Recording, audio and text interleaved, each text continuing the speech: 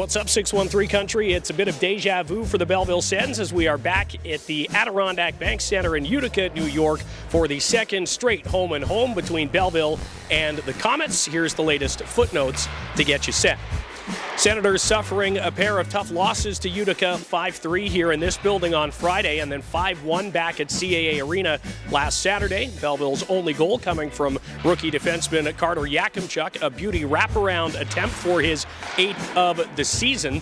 Senators find themselves still in 6th place in the North Division standings after that pair of defeats last weekend. Belleville 6 points back of Rochester for the 5th and final playoff spot in the North, and the Comets are now just behind Belleville after winning 3 in a row and 4 of their last 5. As the Senators look to shake a losing skid of their own, we asked interim head coach Andrew Campbell about getting the offense sparked back to the level that it was a month or so ago. Obviously, our power play's got to get going a bit. It's been what drove our offense for a large portion of the season, and they got to start putting some pucks in the net again. That goes a long way. But yeah, we just have to work together, continue to get pucks in good areas, and it's all cliche stuff. You need traffic, you need this and that, but it just comes down to bearing down on the opportunities that we get. Those losses to the Comets last weekend also even the 10-game season series at 3 games apiece. Each team has a shutout win in the season series. Belleville has also won 2 games in the shootout over their 6 contests so far.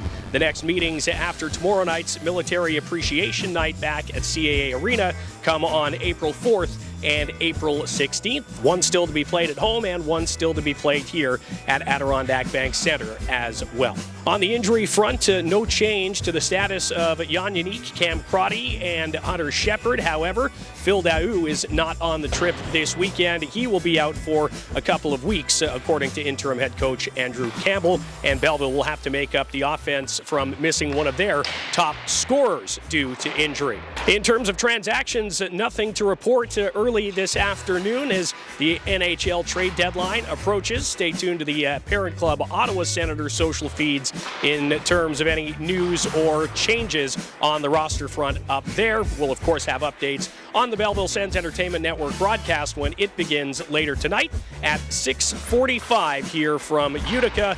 Puck drop set for 7 at the Adirondack Bank Center before these teams return back to Belleville for an expected sold-out crowd on Military Appreciation Night tomorrow. That's it for Footnotes. Enjoy the game.